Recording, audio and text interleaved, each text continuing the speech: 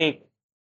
तो देखो seventh property, अब मान लो आपको ऐसे दिया जाए, जैसे मैंने आपको सिखाया था, मैंने आपको वेक्टर के कंपोनेंट सिखाए थे ना, किसी वेक्टर को उसके कंपोनेंट की फॉर्म में लिख सकते हैं, है ना? अरे सिखाया था नहीं, एक वेक्टर के दो कंपोनेंट करे थे, एक एक्स एक्सिस पर और एक वाई एक्सिस पर। देखो जरा, अगर एक ए वेक्टर ऐसे दिया हुआ है, कैसे, इधर बोर्ड पर देखो जरा, ए एक्स आई कैप प्लस ए वाई जे कैप प्लस ए जेड के कैप। यहाँ ए एक्स ए वाई ए जेड की जगह आपको कोई नंबर दिया जाएगा। इस फॉर्म में तो वेक्टर पढ़ लिया ना आपने, 2i cap plus 3j cap plus 4k cap, addition subtraction कर लिया। अरे समझ गया ना? तो ये ए एक्स क्या है, एक्स एक्सिस पे कंपोनेंट, ए वाई क्या है और ए जेड क्या है।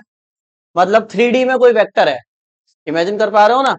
ये तीन एक्सिस है, मान लो ये कमरे का कोना है और ये मार्कर कोने पर रख दूं मैं, तो ये कंपोनेंट अब एक्स पे भी है, वाई पे भी है और जेड पे भी। देखो वो कमरे का कोना है, ऐसे मार्कर रख दिया तो ये मार्कर वेक्टर है। अब ये एक्स पे भी है, वाई पे भी है, और तो जो एक्स पे कंपोनेंट है वो ए एक्स है, जो वाई पे है वो ए वाई है, और जो जेड पे है वो एक, ऐसे ही मैंने दूसरा वेक्टर ले लिया, कंपोनेंट ले लिए उसके, उसके कंपोनेंट को क्या मान लिया मैंने, वी एक्स वी वाई और वी जेड, 3D में। सही है। अब इधर देखो जरा बोर्ड पे, अब आपसे कहा जाए कि बताएं इनका डॉट, ए डॉट बी, ऐसे क्वेश्चन बहुत आएंगे करने के लिए। अब आपको बताना है इनका डॉट। सही है, तो कर लें डॉट। कैसे करना पड़ेगा देखो, ए वेक्टर क्या है, ए वेक्टर ये पूरी वैल्यू है वेक्टर की, इसको लिखो,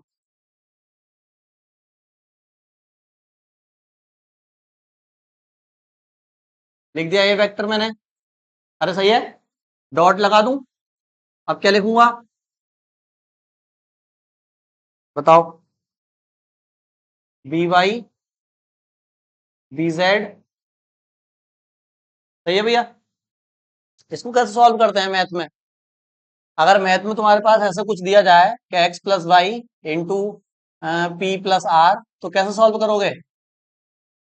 एक्स की इंटू इससे भी कराओगे, इससे भी कराओगे, वाई की इंटू इससे भी कराओगे, इससे भी कराओगे, ऐसे तो करते हैं। सेम, इसकी इंटू, इंटू मतलब डॉट, इससे भी कराओगे, इससे भी कराओगे, इससे भी कराओगे, फिर इसका डॉट, इससे भी कराओगे, इससे भी कराओगे, इससे भी कराओगे, फिर इसका डॉट, इससे भी कराओगे, इससे भी कराओगे, बात समझ में आ गई? कराएं तो बता दोगे जल्दी जल्दी, बता दो। पहले ए एक्स की कराओ इन तीनों से, क्या लिखूं इसका? इस प्रॉपर्टी का कोई नाम नहीं है ऐसी, मतलब डॉट प्रोडक्ट कर रहे हैं इफ कंपोनेंट दिए हों। If vectors are given in the form of components then the dot product will be this. समझ गया तो? ठीक है, तो बताओ कराओ। ए एक्स की पहले इससे कराओ, कितना आएगा, ए एक्स बी एक्स, ये तो नंबर होंगे, मल्टीप्लाई हो जाएगी इनकी तो सीधे सीधे। इस वेक्टर का इस वेक्टर से क्या हो जाएगा, डॉट। देखो वेक्टर्स के बीच में डॉट लगाना है और नंबर्स के बीच में सिंपल मल्टीप्लाई तो होती है। बात समझ में आ रही है? तो ये पहला कर लिया हमने। दूसरा बताएं जरा, इसका उससे बताएं, ए एक्स बी वाई और आई का किससे डॉट, जल्दी जल्दी बता दें, अब मैं कर दूं जल्दी जल्दी, समझ में आएगा ना? ए एक्स का फिर किससे, आई का किससे डॉट, एक की तीनों से कर दी, दूसरे की तीनों से करो, ए वाई बी एक्स जे का किससे डॉट, ए वाई बी वाई जे का किससे डॉट, ए वाई बी जेड जे का किससे डॉट, ए जेड बी एक्स के का किससे डॉट। अरे बोलो, अब जेड वाले ही कर रहे हैं ना, ए जेड बी वाई के का किससे डॉट, ए जेड बी जेड के का किससे डॉट। सारी हो गई क्या? बताओ सारी हो गई? ठीक है, अब एक मिनट इधर देख लेना जरा बोर्ड पे। हाँ भाई, सेम आ गया, ये तो आई का आई से, आई का जे से क्या होता है, पूरी टर्म क्या हो गई, आई का केस है, ओ जे का आई से, जे का जे से वन बच जाएगा, बचेगा, जे का केस है, के का आई से, के का जे से, के का केस है, बच गया। ठीक है, अभी जीरो कर देता मैं इसे। अरे ठीक है, तो कौन कौन बचा, ये वाला तो वन हो गया, तो ये क्या बचा, ए एक्स बी एक्स, सही है भैया। और बताओ, A Y B Y J dot J तो वन हो गया। एक मिनट, और बताओ, ए जेड और यही बचा, नोट कर लो इसको। एक मिनट देख लो जरा बोर्ड पे। अब जब भी मैं सवाल दूंगा ऐसे आई जे के में और आई जे के में, बार बार ये करना पड़ेगा क्या, नहीं करना बार बार, ये सबकी इंटू नहीं करानी है। क्या करना है, देखो आंसर को टीपो, आंसर से समझो क्या कहना चाह रहा है आंसर। आंसर कहना चाह रहा है कि आई आई वाली टर्म बचेगी, जे जे वाली बचेगी, के वाली बचेगी, बाकी सब जीरो होनी है। तो तुम्हें क्या करना है, डायरेक्ट आई की मल्टीप्लाई किससे करानी है, आई वाले से बस, जे वाले की और के वाले की। देखो, आई की आई वाले से, जे की जे वाले से, के वाले से, वही तो बच रहे हैं, बाकी सब तो जीरो है, कट रहे हैं, बाकी सब तो कट रहे हैं। ऐसा ना, यही तो है जो बचे हैं, बाकी सब तो कट रहे हैं। ठीक है, तो डायरेक्ट आई की आएगी जैसे जैसे, और के की कैसे करानी है, ये आंसर आएगा डायरेक्ट। बात समझ में आ गई, अब नोट कर लो।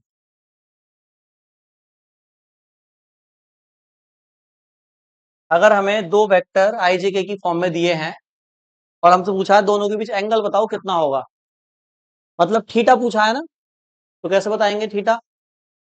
तो देखो हमने जो फॉर्मूला आपको बताया है,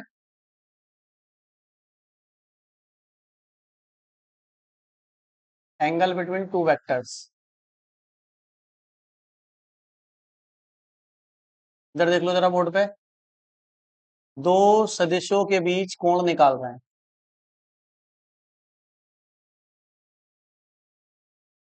तो ये थीटा आया कहां पर है, डॉट प्रोडक्ट के फॉर्मूले में थीटा होता है ना, बस वही वही थीटा है। देखो जरा इधर, ए वेक्टर डॉट बी वेक्टर, क्या फॉर्मूला था इसका, ए वेक्टर का मैग्नीट्यूड लिखो, बी वेक्टर का मैग्नीट्यूड लिखो, और मल्टीप्लाई कर दो किससे, ये थीटा ही तो दोनों के बीच का एंगल है। अब मुझे कॉस थीटा निकालना है, तो ये पूरी वैल्यू कहां जाएगी इसके, तो A vector dot B vector ऊपर आएगा, नीचे आएगा ए वेक्टर का मैग्नीट्यूड इनटू में बी वेक्टर का मैग्नीट्यूड, इक्वल टू क्या आएगा, कॉस थीटा। यानी cos theta is equal to A vector dot B vector divided by A vector का मैग्नीट्यूड और बी वेक्टर का, ये जो भी वैल्यू होगी एक नंबर होगा। जैसे सपोज करो ये पूरा सॉल्व करके वन आ गया, तो कॉस की टेबल में वन किसकी वैल्यू होती है, कॉस जीरो की, तो थीटा कितना आ गया, जीरो। मान लो सपोज करो 1/2 आ गया, तो कॉस की टेबल में 1/2 किसकी वैल्यू होती है, कॉस 60 की, तो थीटा कितना आ गया, 60। समझ गए, तो इस फॉर्मूले से हम थीटा निकाल सकते हैं। इस फॉर्मूले को लिखो, और अब मैं दे रहा हूं एक न्यूमेरिकल, इधर दे रहा हूं, तो नोट कर लो पहले आप फॉर्मूले को। देखिए क्वेश्चन है, ए वेक्टर ये दिया हुआ है 3 i cap Y J cap -4 k cap, B vector I cap 2 j cap 2 k cap, कह रहा है दोनों के बीच एंगल बताइए। तो एंगल के लिए इस फॉर्मूले का यूज करेंगे, ए वेक्टर बी वेक्टर का डॉट करके ऊपर लिखना है, और ए वेक्टर का मैग्नीट्यूड बी वेक्टर का मैग्नीट्यूड नीचे लिखना है, मल्टीप्लाई करनी है, यहाँ जो नंबर आएगा वो कॉस की टेबल में देखना है, अगर है तो ठीक, नहीं है तो थीटा यहाँ छोड़ के कॉस इनवर्स में ले जाना है। ठीक है, मान लो 5 आ गया, अब 5 तो होता नहीं ना, तो theta equal to cos inverse 5। ठीक है, करो उसको सॉल्व जल्दी से। तो इनके बीच हमें एंगल निकालना है, ए वेक्टर बी वेक्टर के, तो हमें पहले क्या चाहिए होगा, डॉट।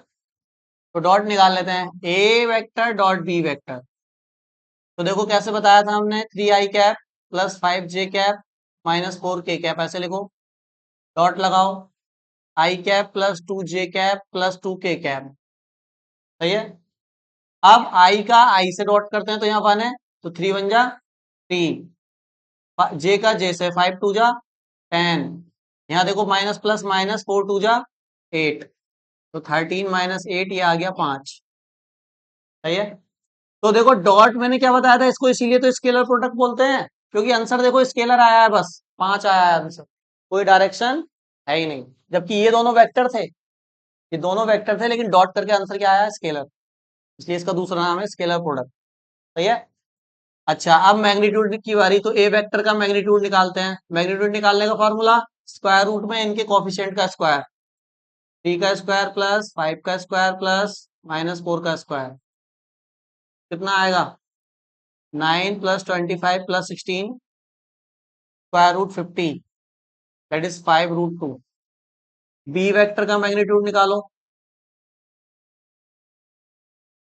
1 का स्क्वायर प्लस 2 का स्क्वायर प्लस 2 का स्क्वायर, ये कितना आएगा, स्क्वायर रूट 9, 3। और बतौरो इधर देख लो, लगी पड़ी है कतर कतर कतर कतर।